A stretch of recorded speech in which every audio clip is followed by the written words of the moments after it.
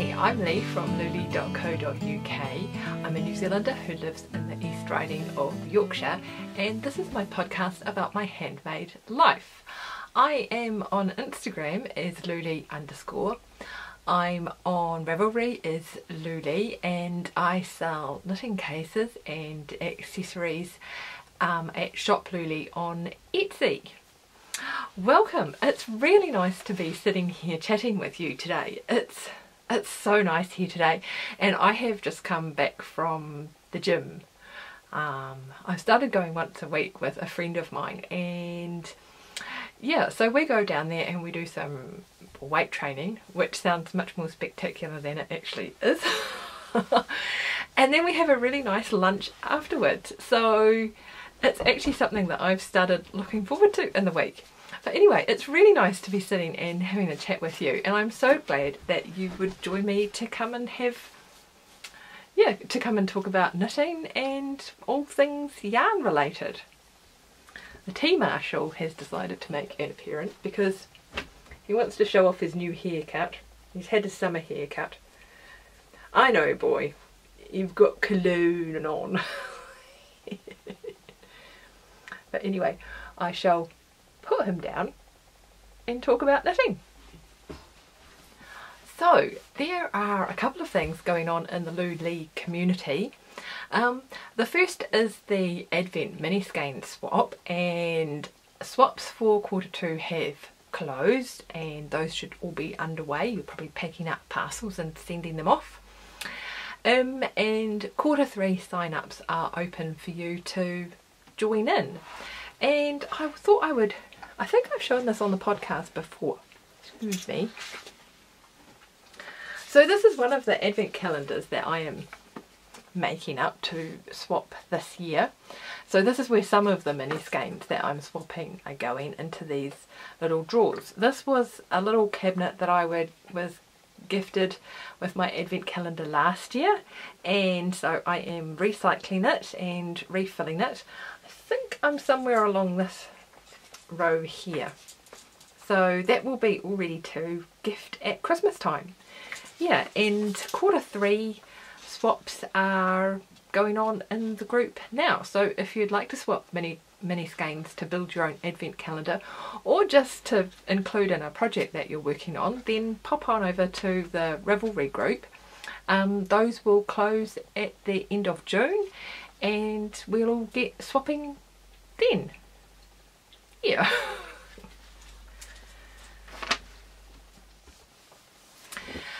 So the other thing that we have in the Louleigh Ravelry group is the Stash Appreciation Society, which is about enjoying the things that we already have and reveling in the beautiful yarns that we already have in our stash, rather than being beguiled by things that we see on Instagram. That's not to say you shouldn't buy new yarn, but sometimes it's just fun to take a potter around in your stash and think, I actually really like that. So I have an idea of a fun challenge for me that I want to do in May, and I'm going to tell you more about it next week, and I hope you'll be excited and join me. So yeah, that was a teaser. I shall tell you about it next week. This is another teaser. A few weeks ago, when I headed off to the Edinburgh Yarn Festival, I knitted a pair of slippers using some yarn from the Yorkshire Wildlife Trust. So it's local to me, and the sheep are used for conservation grazing, and the funds go for a charity which is also local to me, which is quite nice. So I have decided to use the leftovers to do a swatch and do a yarn review. So this is the swatch. It hasn't been washed or road tested yet. Let me just focus that. Oh, is it going to focus? It wants to focus on me. I hope you can see it. At least the lighting's good this week. But yeah, so I've done a swatch, and I have yet to wash it and do the armpit test and all that good stuff, and I shall tell you how that goes next week. this week I have mainly been working on my Traster jersey, which is from Lana magazine. I don't actually have the magazine here to show you. I think it was number 3, but it's one that I saw quite a few of these on Instagram. I'm knitting it in the recommended yarn, which is louleigh, and I've been really enjoying it. I've been really enjoying adding in all of the colours, and many of you said last week, you made very flattering comments about the colour that I had chosen and how it suits me, so thank you very much. Yeah, but today I thought, I finished the colour work yoke, and I really enjoyed, oh, it was so much fun. And I thought I would talk to you about how I actually chose the colours for this, because I really enjoy picking colours for colour work projects. I like to spend a long time doing it and really dither about it. Yeah, so for this I had kind of decided that I wanted it to be quite bright and cheerful. As I've said before, I wanted it to be a jersey that would banish the winter blues when everything is just rain and mud here. And so I think there was a bright red that I wasn't sure would look good on me, and this kind of turquoise colour that I quite liked.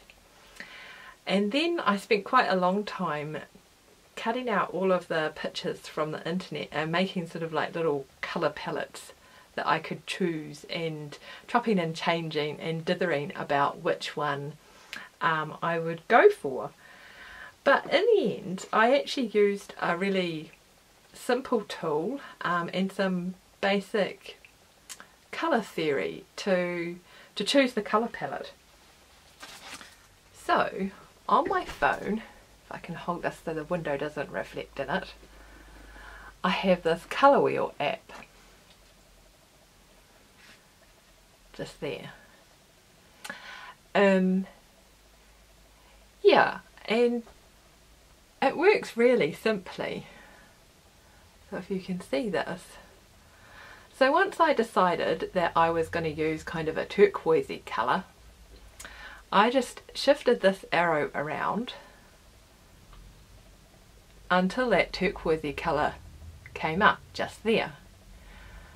And then, just zoom out a little bit, there's a really simple drop down box up the top here. So that's the monochromatic. So those are all different shades of the same colour up the top there. And then you can get a complementary colour palette and the split complementary. So this is like colour theory for dummies, really. Split complementary, and some of them look kind of similar. Yeah, the triad looks a lot like the split complementary, and then there's the tetrad there. So it just gives you different options of colours that will look good together and a palette that will look good together.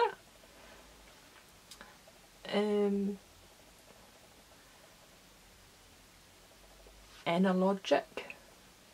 All these words are new to me, but they're all kind of like colour theory type words. And then you can get an accented analogic. That's probably not how you say it, but you know, we give things a go here. Yeah, so in the end I just decided to go for, I think, the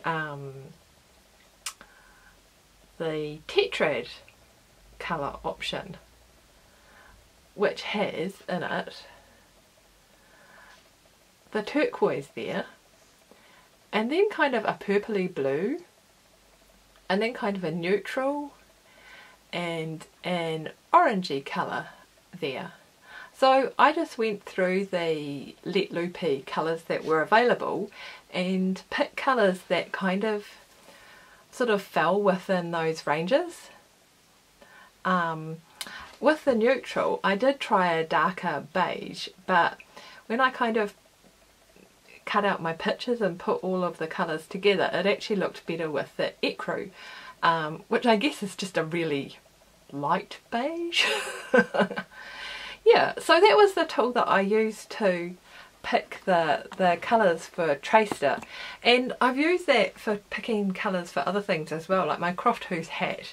And just whenever I'm thinking about colours that will go together, I quite often just use that app to have a look and see what the suggestions are.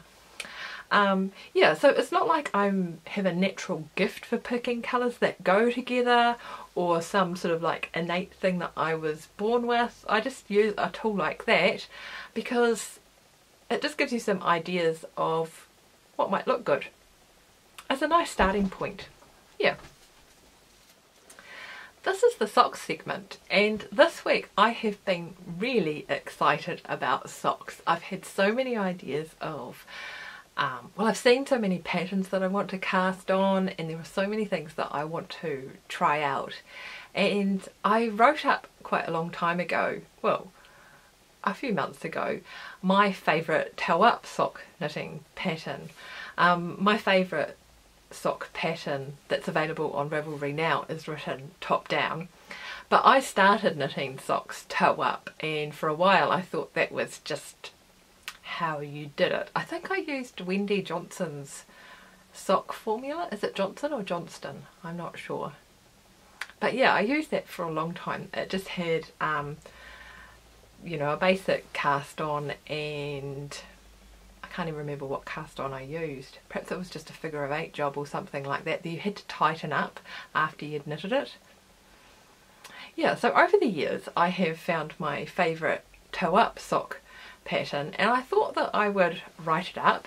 I've had it tech edited, but it has been languishing for want of a sample and a photograph. So yesterday I cast on this little sock. I hope you can see this because the colours are really subtle and pretty. I should zoom in. There we go. I cast on this really pretty yarn that I was gifted by Rose of Akara yarn, and this is her merino sock. It's an 80-20 merino nylon, and the colourway is called Girl Party, and she does really pretty soft colourways. She actually, I knitted up a little while ago a sock blank of hers, and I really enjoyed it. It was so much fun. Yeah, and as I say, she does really pretty soft colours. So I thought I would cast this on and get cracking so that I can put that pattern out into the world. The last thing that I wanted to talk to you about this week is retired knitwear. I think I've only done this segment once before when I talk about something that, a garment that I have in my wardrobe that I made that I'm planning to retire. So I knitted this, I think it was a couple of years ago. It's a short sleeve cardigan, and it's called the Koa cardigan by Jennifer DeSalle, and it's a top down design with contiguous set-in sleeves, and it was the first time that I had tried that sort of construction. The design is actually really pretty. The button band works really well. It's, I don't know if you'll be able to see that there, it's really tailored and it fits me really well. However, I knitted this in a really nice Utiku merino possum yarn that I had, and it was in a blue colour, and it was it was a blue that went with pink, which doesn't necessarily look that good on me. I tend to look better in blues that go with yellow, sort of more to the green end of the spectrum. So I tried dyeing this green after I had knitted it, and I do like this green colour, but it came out quite blotchy. And also the yarn has a halo, so it kind of looks like I'm wearing moss or something. I look like an overgrown hobbit or something, which is not really a look that particularly appeals to me. I have nothing against hobbits, I quite enjoy hobbits, but I don't want to look like one. Or I don't want to look like sort of like an elf or some sort of woodland character. Also, this is kind of a summer cardigan, and I feel like the colour and the yarn is more wintry, and so it's not something, when I'm thinking of summer knitwear, it's not something that I gravitate towards. Having said that, I really like the fit of this, and it looks, the shape and the tailoring is very nice on, and I think if I knitted it in a lighter colour in a different yarn, it would probably fit into my wardrobe really well, and I'd be very happy with it. So all in all, I think that it's a beautiful design. It's a nice yarn, but it's kind of a wintry look for summer, warmer weather wear. So I have decided to send this to the charity shop, and hopefully someone else will find it and love it, or maybe they'll undo it and knit it into something else.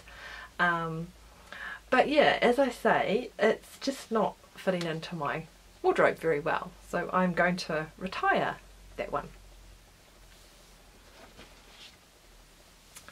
So I think my focus for the coming week, my project focus, will be still on my Traced jersey and on my toe-up socks. I can't decide what the third project will be. Maybe something that I can work on outside because the weather is so nice, or quite often when the daylight is good I quite enjoy sewing. So I'm kind of tossing up between a spinning project or working on the quilt that I have been talking about for the last few weeks, but definitely I shall put some more work into Traced and do some more on those socks. So that's all from me for today. It's been so nice to share some time with you and have a little chat, and I hope you'll come and join us in the Ravelry group. You can like and subscribe below if you'd like to come back and share a little bit of your knitting time with me, and I shall see you next time. Cheerio!